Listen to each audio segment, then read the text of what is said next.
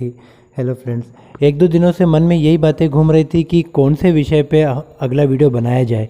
एक विषय तो ये था कि ईएमआरएस की नेक्स्ट वैकेंसी कब तक आ सकती है। एक टॉपिक ये था कि ईएमआरएस है, केवीएस है, एनवीएस है या रेपुटेड प्राइवेट संस्थान जो है, आदित्य बिरला ग्रुप है, रिलायंस है, अडानी ग्रुप है, इनके अंदर भी कई रेपुटेड स्कूल्स है जिनमें पैकेज है, फैसिलिटीज़ है, सही कई प्रकार के भत्ते हैं। यहाँ पर अप्लाई कैसे करें और इसके लिए कैसे प्रिपरेशन करें।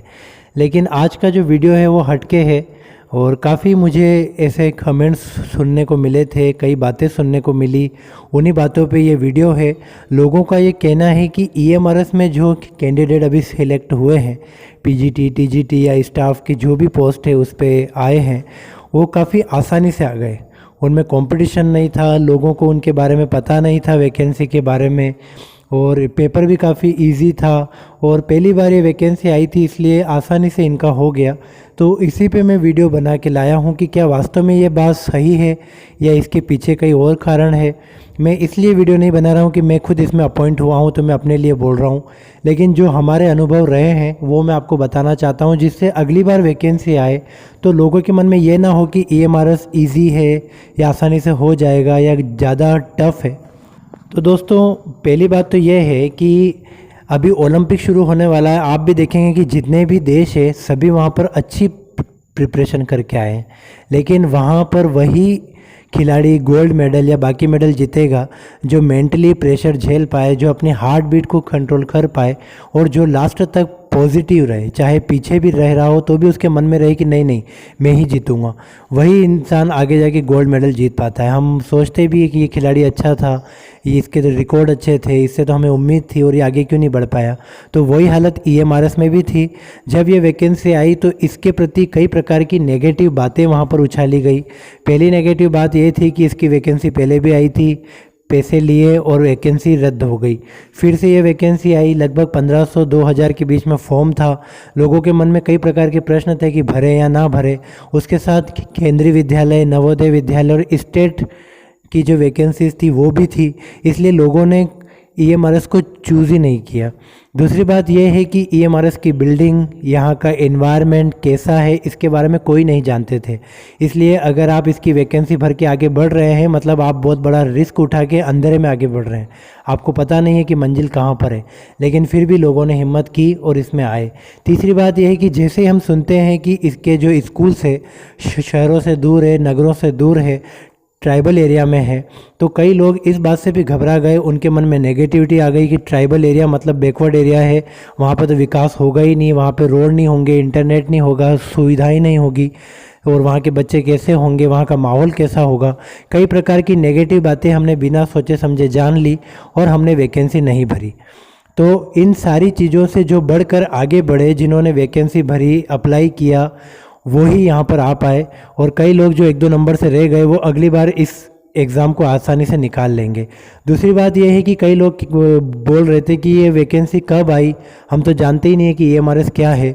तो दोस्तों, बुरा मत मानिएगा, लेकिन कोई भी जॉब, चाहे वो स्टेट बोर्ड की हो, चाहे कलेक्टर की हो, चाहे सेंट्रल की हो, चाहे पुलिस की हो, कोई भी जॉब हो, हर जॉब में जनरल नॉलेज पूछा जाता है।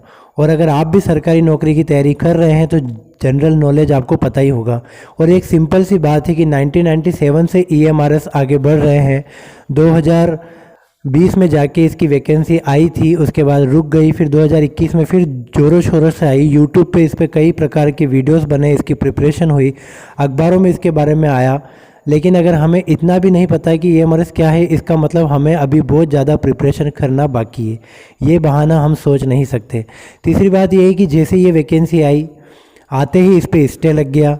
कई लोगों ने कहा है कि ये कौन कंडक्ट करा रहा है, ये तो एजुकेशन डिपार्टमेंट के अंडर में भी नहीं आती है। कई लोगों ने कहा है कि अभी तो स्कूल्स ही नहीं बने हैं, वहाँ पर क्वार्टर्स नहीं बने हैं। तो इन सारी बातों को इग्नोर करके जो लोग आगे बढ़े वही इसमें आ पाए। इसके अलावा एक बात ये भी थी कि इसमें नेगेटिव मार्किंग थी। हमें ये नहीं पता था, जिन कैंडिडेट्स ने इसमें अप्लाई किया उन्हें ये नहीं पता था कि क्या पूछा जाएगा, प्रश्न किस प्रकार से आएंगे, इजी आएंगे, डिफ़िकल्ट आएंगे। इंटरव्यू हो नहीं रहा है तो इसका मतलब डिफ़िकल्ट ही आएंगे, नेगेटिव मार्किंग भी हो रही है, इसका मतलब हमें ज़्यादा से ज़्यादा सतर्क रहना है। तो इसकी प्रिपरेशन जो थी लोगों ने बड़ी बढ़ चढ़ के करी। अब हम इसको इस बात से सोच नहीं सकते कि ये बड़ी ईजी थी या पहली बार हुई थी तो ऐसे ही हो गया। तो दोस्तों, आप अगर EMRS में आना चाहते हैं, कोई भी एग्ज़ाम फाइट करना चाहते हैं, तो इन बातों को अभी से छोड़ दीजिए। कोई भी काम आसान नहीं होता और कोई भी काम नामुमकिन नहीं होता। बस यही है कि आपकी किस्मत, ऊपर वाले की दुआएं, इसके अलावा आपकी मेहनत, आपकी पॉजिटिव थिंकिंग, आपका अच्छा वक्त, या ऊपर वाले ने और अच्छा सोच रखा हो तो वो कई बातें थोड़ी आड़े आ जाती है। इसके अलावा एक बात और मैं आपसे शेयर करना चाहता हूं कि जब मैं यहां पर आया EMRS में, लगभग 31 का स्टाफ यहां पर आया, सभी से बातें हुई, सभी की स्ट्रगल स्टोरी जानी, तो मुझे पता लगा कि सभी लोग बहुत ही अपडेट है। कोई भी टीचर ऐसे नहीं लगे जो पूछ रहे हो कि बच्चों को कैसे पढ़ाना है, ये काम कैसे करना है, या हमें कंप्यूटर नहीं आता, या हम ये काम नहीं कर सकते। कई लोग स्टेट गवर्नमेंट से आए, कुछ सेंट्रल गवर्नमेंट से आए, तो कुछ प्राइवेट के ऐसे रेपुटेड संस्थानों से आए जहाँ पर 8 की बजाय 12 घंटे काम करना पड़ता है, काफ़ी मेहनत करनी पड़ती है। तो सभी टीचर्स बहुत अपडेट है। सभी को देख के ऐसा लगता है जैसे इनको 12 साल, 15 साल, 20 साल का अनुभव है। काफ़ी पॉजिटिव है, मेंटली काफ़ी प्रिपेयर है। तो दोस्तों, ये सारी बातें बताने के पीछे मेरा एक ही ये एक मोटो था कि ये नहीं है कि आप EMRS वालों की तारीफ़ करो, उनके गुणगान करो। इसके पीछे एक ही मोटो है कि कोई भी चीज़, चाहे वो छोटी हो, बड़ी हो, प्राइवेट जॉब हो, सरकारी जॉब हो, आसानी से नहीं मिलती।